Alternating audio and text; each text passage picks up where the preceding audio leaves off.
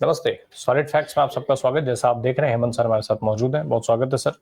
Sir, बड़ी खबर यह है कि एक तरफ जहां आज छत्तीसगढ़ की विधानसभा के अंदर अडानी से जुड़े एक मामले को लेकर के चर्चा होनी थी, वहीं भूपेश बघेल के घर ईडी पहुंच गए और उनके लड़के को गिरफ्तार कर लिया गया। दूसरी तरफ देश की सबसे बड़ी पार्टी कांग्रेस के नेतृत्वकर्ता जो लोग हैं, उनको किस तरीके से हैरेस किया जा रहा है कि आज पहली बार राहुल गांधी जो है वो अपने बहनोई, अपने जीजा रॉबर्ट वाड्रा के पक्ष में उन्होंने ट्वीट किया, जिसमें उन्होंने ये लिखा कि किस तरीके से पिछले 10 सालों से सरकार, केंद्र की भारतीय जनता पार्टी सरकार, मोदी सरकार जो है वो रॉबर्ट वाड्रा, प्रियंका वाड्रा और उनके बच्चों तक को तंग कर रही है। ये राहुल गांधी ने पहली बार किया। अमूमन अभी तक राहुल गांधी कभी इस तरीके के ट्वीट करते हुए नहीं देखे गए या ऐसे मुद्दों को उठाते हुए नहीं देखे गए।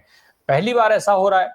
कितने आहत है राहुल गांधी, या फिर जो टॉर्चर का लेवल है वो मोदी सरकार इतना ज्यादा बढ़ा चुकी है कि आज राहुल गांधी को भी ऐसा ट्वीट करना पड़ा, क्योंकि भूपेश बघेल के घर अडानी से जुड़े मामले पर चर्चा में शामिल ना हो भूपेश बघेल, इसके लिए ईडी की टीम भेज दी जाती है। 3-3 गाड़ियां चली जाती हैं, बेटे को गिरफ्तार कर लिया जाता है, लेकिन इसके बावजूद भी भूपेश बघेल उस चर्चा में शामिल होने चले जाते हैं। तो एक तो सवाल मेरा यह है कि आखिर ये क्या टॉर्चर का लेवल इतना ज्यादा बढ़ गया है, और दूसरी तरफ भूपेश बघेल का विधानसभा सत्र में चले जाना क्या दिखाता है? राम प्रकाश जी, नमस्कार आपको, सारे दर्शक साथियों को भी। देखिए, 2013 में मोदी जी राष्ट्रीय फलक पर आके एक तरीके से प्रकट हुए थे, जो उनको प्रधानमंत्री पद का दावेदार घोषित किया गया था।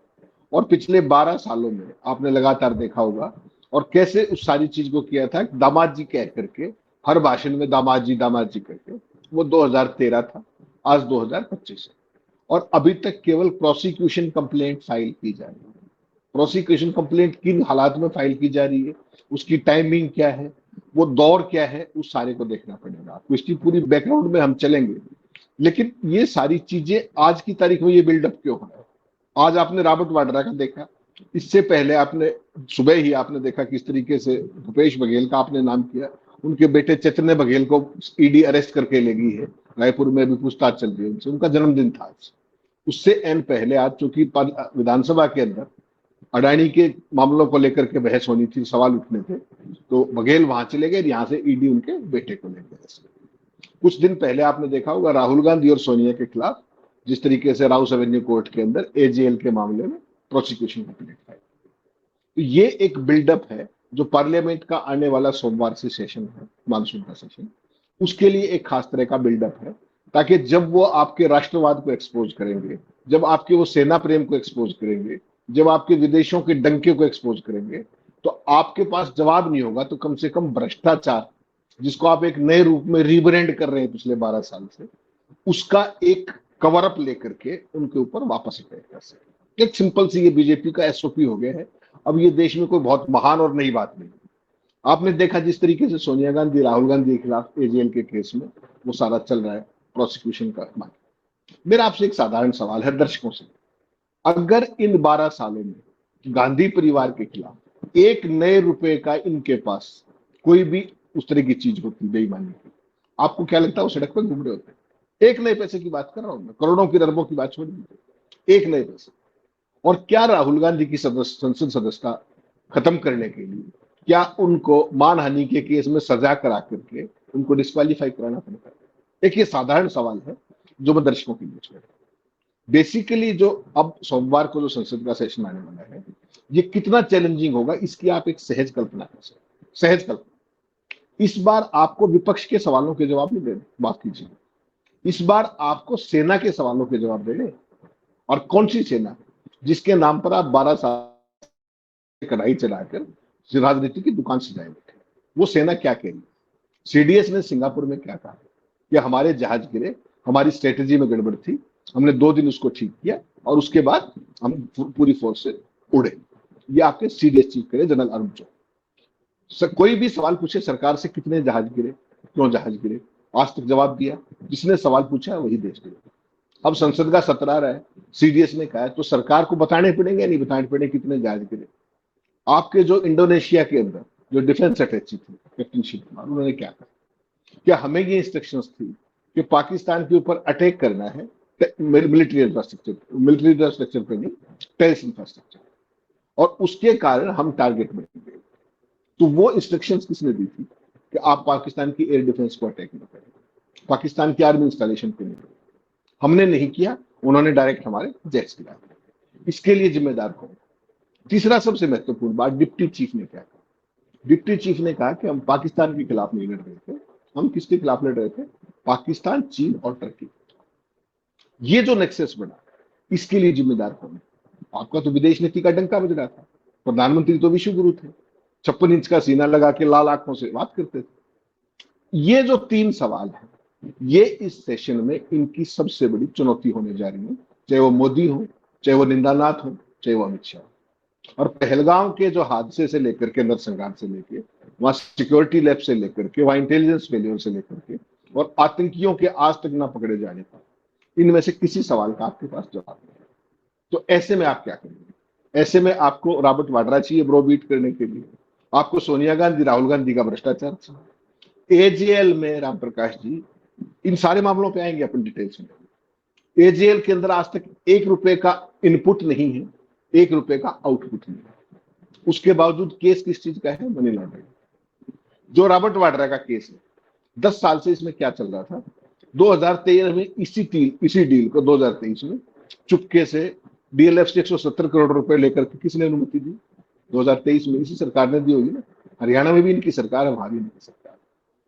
उसी डील को प्रोसीजरल क्लैरिटी इन्होंने दी।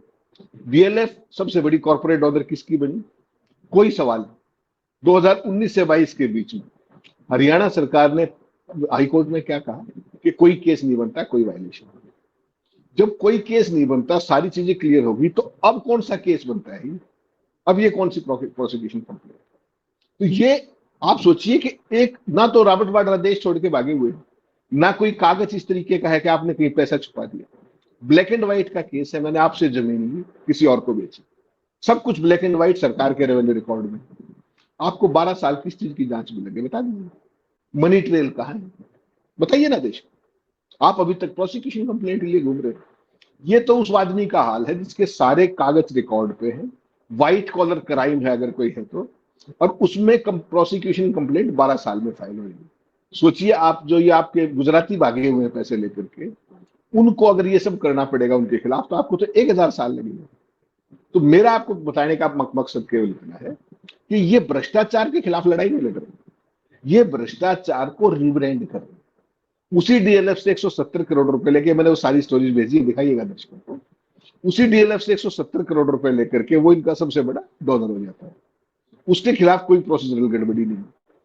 मैंने आपको बेचा, आपके खिलाफ कुछ नहीं है, मेरे खिलाफ सब कुछ है। दिखाइए ना क्या है, कहां है मनी लॉन्ड्रिंग? कुछ नहीं। केवल पार्लियामेंट के सेशन से पहले एक कंप्लेंट फाइल कर दी। और यही स्थिति जो आज आपने देखी, भूपेश बघेल के बेटा, उसका जन्मदिन था, चतने नाम से, उनके घर सुबह सुबह रेड करके, क्यों? क्योंकि अडानी के खिलाफ सवाल। यही बात अगर आपको ध्यान हो, वीरभद्र सिंह बड़े बुजुर्ग नेता थे हिमाचल प्रदेश के, उनकी बेटी की शादी हो रही थी, याद है ना आपको? बेटी की शादी चल रही है, वहां पे सीबीआई पहुंच गई। ये इस सरकार की नैतिकता, भ्रष्टाचार के खिलाफ लड़ाई, अरे एक दिन पहले कर लेते, एक दिन बाद कर लेते, नहीं, टाइमिंग, एक फोटो, ये बेसिकली भ्रष्टाचार के खिलाफ लड़ाई थी। ये पॉलिटिकल विच था। रॉबर्ट वाड्रा को हो सकता है बहुत सारे लोग पसंद करते हो ना करते हो, मेरा आपसे साधारण से हुई है, अगर रॉबर्ट वाड्रा ने कोई गड़बड़ की, उसकी जरूर जांच क्यों नहीं होनी चाहिए? टाइम बाउंड 12 साल कैसे लग गया? और अब तक तो उनका जो भी होना था, दूध का दूध पानी का पानी करते। ईडीआई आपके पास, सीबीआई आपके पास, सीरियस फ्रॉड इन्वेस्टिगेशन आपके पास, इनकम टैक्स आपके पास, कोर्ट में फास्ट ट्रैक कोर्ट लगाते, 6 महीने में फैसला हो जाता। 12 साल बाद सत्ता में रहने के बाद आज आप प्रोसिक्यूशन कंप्लेंट फाइल कर रहे हैं। ये आपकी असलियत, बदनीयती को दिखाता है कि किस तरीके से आपको तलवार लटका के रखनी है और एक नैरेटिव डेवलप करना है भक्तों के लिए। लेकिन ये 12 साल भी सर तब लगे हैं जब रॉबर्ट वाड्रा हर बार एजेंसी के बुलावे पर समय से पहुंचे हैं। जितने घंटे एजेंसी ने पूछताछ की है, उतने घंटे रॉबर्ट वाड्रा ने जवाब दिए हैं, और हर बार रॉबर्ट वाड्रा ने मीडिया से बताया है कि मुझे इतने घंटे बैठाया। वो बताते हैं, एक दिन पहले बता देते हैं कि मुझे कल बुलाया गया, मैं जाऊंगा। वो जाते भी हैं, हर बार वो गए हैं, हर बार पूरे समय पर उन्होंने जवाब दिया है। खैर, सर सवाल ये उठता है कि आखिर अब उन्होंने चार्जशीट अगर फाइल कर दी, भाई अब तक तो 12 साल से आप देश के सामने ये झूठ बोल रहे थे कि रॉबर्ट वाड्रा ने जमीन लूट ली, जमीन घोटाला कर दिया, ये कर दिया, वो कर दिया, फलाना ढिमका, चाहे वो आप वो दामाद जी कह लीजिए और चाहे जो कुछ कह लीजिए, देश को पता ही था। अब जब चार्जशीट आपने फाइल कर दी तो अब तो आपके लिए एडवांटेज रहा नहीं, तो ऐसी क्या मजबूरी थी कि भाजपा को जो है चार्जशीट फाइल करनी पड़ गई? या और दूसरा एक और चीज, राहुल गांधी ने जो पहली बार बोला है रॉबर्ट वाड्रा के लिए, क्या माना जाए कि बोलते बोलते उन्होंने बहुत देर कर दी और बहुत पहले उनको ये बात बोल देना चाहिए था, ताकि और ज्यादा निचले तबके तक और ज्यादा दूर तक ये संदेश जाता कि क्या कुछ कर रही है सरकार। राम प्रकाश, देखिए ये जो परिवार है ना, गांधी परिवार, जनरली ये चीजों को पर्सनलाइज नहीं करते। आपने बिल्कुल सही कहा इंट्रो में, आज तक राहुल गांधी ने कभी रॉबर्ट वाड्रा के मामले में, आप ट्वीट करना तो छोड़िए, किस तरह की टिप्पणी करने से भी बचा, क्योंकि जो law will take its own course, इससे आगे कोई बात लंबी छोड़ी थी। इस बार क्या है बेसिकली कि एक तरफ तो हाई कोर्ट में सरकार हरियाणा की क्या कह रही है कि कोई वायलेशन नहीं, सारी प्रोसीजरल क्लियरेंसेस डीएलएफ को मिल रही है, सब कुछ हो रहा है, और उसके बाद फ्रॉम नोवेयर आप प्रोसिक्यूशन कंप्लेंट फाइल कर देते हैं। तो ये कहीं ना कहीं आपकी मंशा को दर्शाता है कि आप अब हरासमेंट पे उतर आए हैं बियॉन्ड ए पॉइंट। जो चीज एक तरीके से हाईकोर्ट में प्रूव होली, सारी चीजें होगी, उसको एक नए सिरे से, मैंने जो कहा ना, भ्रष्टाचार की रीब्रांडिंग करने का कार्यक्रम, उसको कहीं ना कहीं ला करके, तो बेसिकली आपने देखा डरने वरने वाले ये लोग हैं नहीं। इंदिरा गांधी नहीं डरी थी, जेल चली गई थी, कोई समस्या नहीं, और संसद से जाने की बात थी जैसे भी वो भी। आपने जब देखा वाड्रा साहब जितनी बार भी वहां गए जेल के, वो अपने क्या नाम है ईडी के पास, हर बार प्रियंका गांधी छोड़ के आती थी, हर बार मीडिया से बात करती थी, कभी किसी चीज से डरी नहीं, कभी किस तरीके की अपने हमलों का जो तेवर था वो कम नहीं हुआ। राहुल गांधी कितनी बार ये कह चुके हैं मुझे जेल जाने से कोई परेशानी नहीं। तो बेसिकली जब भारतीय जनता पार्टी संसद के मानसून सत्र से पहले एक खास तरीके का नैरेटिव बना करके कांग्रेस के बाहर अपने पॉमेरिन मीडिया के जरिए माहौल बनाने की बात करती है, तो उसका जवाब तो देना पड़ेगा ना राहुल गांधी को, क्योंकि इस बार सारा विपक्ष जिस तरीके से एकजुट है और भाजपा उसी की ट्रफ पे गिरने वाली है। राष्ट्रवाद, डंका, 56 इंची विदेश नीति, उन सारी ही सवालों पर, आंतरिक सुरक्षा, उन सब मसलों पर भाजपा फंसी पड़ी है। तो राहुल गांधी भी कोई बाबा तो है नहीं, कोई साधु सन्यासी तो है नहीं। जब आप उनके ऊपर अटैक करोगे तो वो भी कहीं ना कहीं उसको रिटेलिएट करेंगे इन ए पर्टिकुलर वे। और पहली बार उन्होंने रॉबर्ट वाड्रा के साथ एक सॉलिडेरिटी व्यक्त की और कहा कि वो दे विल कम आउट, वो उसको बोल्डली फेस करेंगे, सारी बात। भाई एक रिश्तेदार भी है, परिवार का मामला है, और जब आप एक खत्म हो चुके मामले को नए तरीके से रिब्रांड करके और किसी को फंसाने की कोशिश करोगे, रॉबर्ट वाड्रा क्या है? Personally Robert Vadra is nobody. अगर वो प्रियंका गांधी के हस्बैंड ना हो तो हुई रॉबर्ट वाड्रा। वैसे वैसे उद्योगपति इस देश में 1 लाख घूम रहे, उनका सबसे बड़ा कसूर ये है कि वो गांधी परिवार के दामाद। तो इसका जो उनको अगर प्लस मिलता होगा, जिसके घाटे भी बहुत है, 12 साल से तो आप देख ही रहे लगातार, तो उस जो विच हंटिंग है उसका कहीं ना कहीं कोई ना कोई तो जवाब देगा ना। तो राहुल गांधी ने पहली बार उनके साथ सॉलिडारिटी व्यक्त की, और उनसे ज्यादा प्रियंका के साथ व्यक्त की, क्योंकि प्रियंका पॉलिटिक्स में आ चुकी है। और राहुल से ज्यादा अगर बीजेपी किसी से डरती है तो प्रियंका से डरती है। कारण क्या है कि प्रियंका उन्हीं की भाषा में, उन्हीं के तेवर और कलेवर से, उसी फोर्स के साथ मोदी जी की आंखों में आंख डाल करके जो बात करती है, वो उसके बाद उनके पास सवाल नहीं बचता। राहुल को तो मॉक करते हैं, राहुल का तो मजाक उड़ाते हैं। प्रियंका गांधी का जो तेवर है, जो उनका कंटेंट होता है, जिस तरीके से वो हिट करती है, उसके बाद तो भाजपा के पास भागने की जगह नहीं बचती ना। तो अब जब प्रियंका गांधी हर चीज में राहुल के साथ कंधे से कंधा मिला के पार्टी लाइन पर वो सारी चीजें करती है, तो पहली बार राहुल को भी ये लगा कि यार इनके साथ हमें एक सार्वजनिक तौर पे एक सॉलिडेरिटी दिखानी चाहिए। और वही आपने आज देखा। अगर ये पार्लियामेंट का सेशन ना रहा होता तो आप मान के चलिएगा कि राहुल गांधी उस पर रिएक्ट नहीं करते, रूटीन की चीज चलता रहता है। सोनिया गांधी और अपने राहुल गांधी के खिलाफ अभी आपने देखा एचएएल के केस में, इसमें जो था एजेएल के केस में, उसमें प्रोसिक्यूशन कंप्लेंट ऐसे ही फाइल हुई, प्रियंका ने रिएक्ट नहीं किया, रूटीन की चीजें करते रहिए आप, ये कोई फर्क नहीं पड़ता। लेकिन जिस तरीके से इतनी बार इनको ईडी के सामने बुलाया गया, पहले केस, ये केस, सारे कागज दे दिए, दोबारा दे दिए, 3 बार दे दिए, और उसके बाद वही सारी, तो अपने आप में रॉबर्ट वाड्रा कुछ नहीं है। वो गांधी परिवार के साथ जो उनका जुड़ाव है, वही उनके लिए कहीं ना कहीं आज लाइबिलिटी से हो रहा है। तभी राहुल गांधी को मैदान में आना पड़ा। अच्छा, वो बयान देते ना देते उससे कोई बहुत फर्क नहीं पड़ता, लेकिन अगर राहुल बयान ना देते तो बीजेपी रॉबर्ट को दूसरे तरीके से गिरती। अब उन्होंने बयान दे दिया, अब बीजेपी दूसरे तरीके से घेरी। बीजेपी का जो काम है आईटी सेल का, भगत सेना का, वो अपने पोमेरियन मीडिया का, वो भौंक रहे हैं अपने हिसाब से। तथ्य लेकिन नहीं, मेरिट नहीं कहीं पर। ये सर, समस्या है कि कोई ये मेरिट नहीं। जो ट्वीट है राहुल गांधी का, उसमें कहीं ऐसा नहीं लग रहा है, कहीं वो दर्द नहीं दिख रहा है कि वो रॉबर्ट वाड्रा और प्रियंका गांधी वाड्रा से को तंग करने से ज्यादा दुखी उनके बच्चों को शामिल किए जाने से है, उनके बच्चों तक को टारगेट किया जा रहा है। शायद यही वजह रही कि उन्होंने अपने संसदीय क्षेत्र रायबरेली का दौरा कैंसिल करके और अपनी बहन के संसदीय क्षेत्र पहुंच गए हैं। नहीं तो यही सब चीजें तो भाजपा करते, they always hit below the belt. Bharatiya Janata party से अगर आप किसी नैतिकता की बात करोगे तो नैतिकता केवल उनके भाषणों में है। चाल चरित्र और चेहरा और संस्कार, कहीं भी आपको दिखता है कि ये पॉलिटिकल पार्टी कहीं भी कोई संस्कारों पर कहीं खरी उतरती है क्या? प्रधानमंत्री से लेकर के तमाम इनके जितने दिग्गज हैं सो पाए, किसी की भाषा देख लीजिए, किसी के शब्द देख लीजिए, गाली गलौज से लेकर के हर वो चीज जो कभी सत्ता के लोगों को नहीं करनी चाहिए थी, वो सारा ये लोग लगातार करते हैं।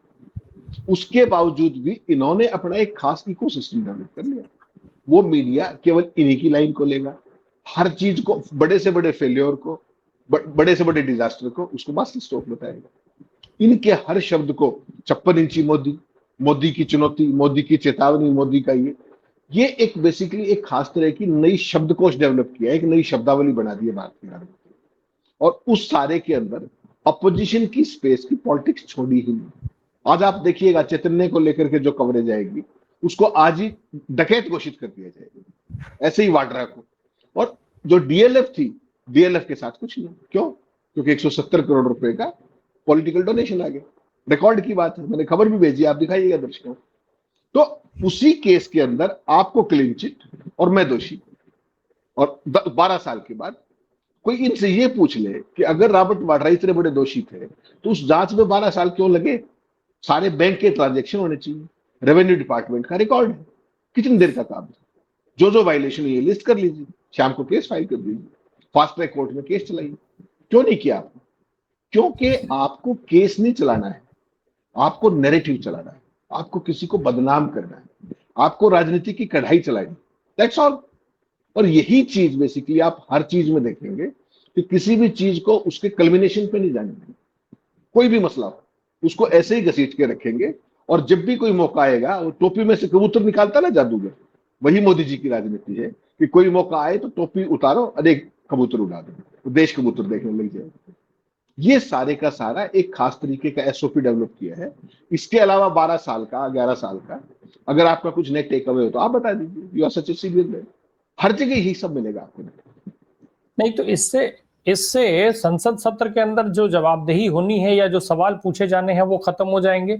इससे सरकार बच जाएगी कि ऑपरेशन सिंदूर में अगर आप, जब हमारी सेना आगे बढ़ रही थी, वो छाती पर तलवार तानने को तैयार थी, वो भाला वहां पर चुभाने को तैयार थी, तो फिर आपने सीज फायर क्यों किया? क्या ये सवाल नहीं पूछा जाएगा? पहलगाम में अगर 26 निर्दोष नागरिकों की हत्या कर दी जाती है और सरकार उसमें से एक सिंगल आतंकवादी को पकड़ नहीं पाती है, और उस पर सवाल नहीं पूछा जाएगा?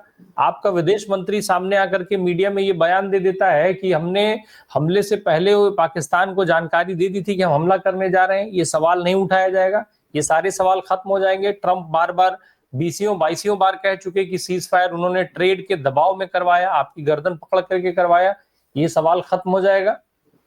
प्रकाश जी, इन सवालों को बाईपास करने के लिए जैसे ही कांग्रेस पार्टी या विपक्ष खड़ा होगा, उससे पहले भ्रष्टाचार, रॉबर्ट वाड्रा, सोनिया गांधी, एजेएल, इसके जरिए जो पोमेरियन मीडिया है उसके जरिए अगले 2 दिन में आप देखेंगे, 20 तारीख की रात तक, 21 तारीख तक लगातार एक बिल्डअप क्रिएट किया जाएगा फर्जी खबरों, फर्जी नैरेटिव की। और उसमें देश को ये लगेगा कि यार ये बेलगाम तो पुरानी बातें होंगी, असली बात है कि रॉबर्ट वाड्रा ने लूट लिया, एजेएल के जरिए ये कर लिया, एजेएल में इतने पैसे थे।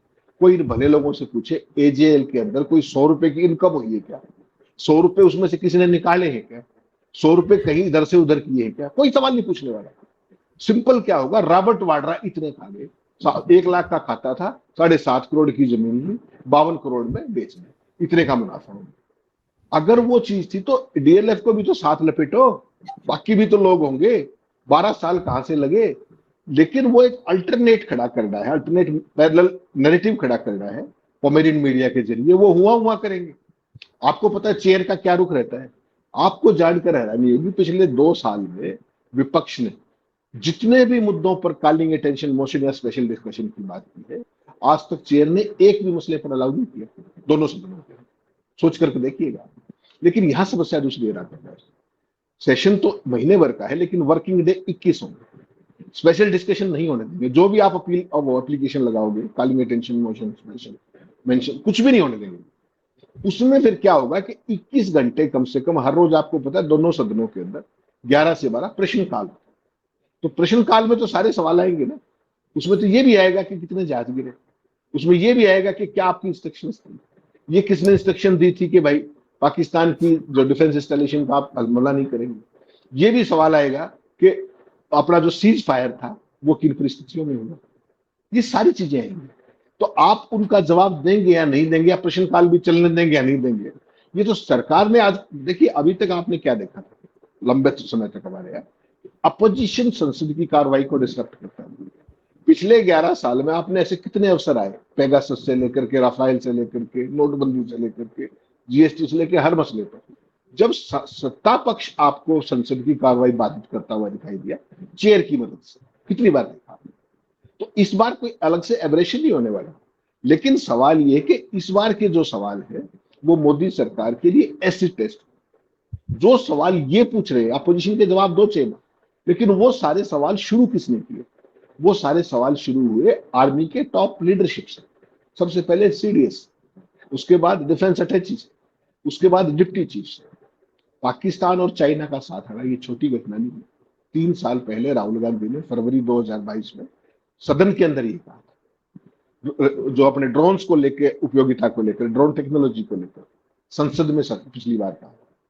और जितने मसले हैं, जिस तरीके से Trump day in and day out Bharat के साथ जो कुछ भी कर रहे हैं, उसमें मोदी जी का 56 इंची विश्व गुरु, वो सारी चीजें एक्सपोज होंगी।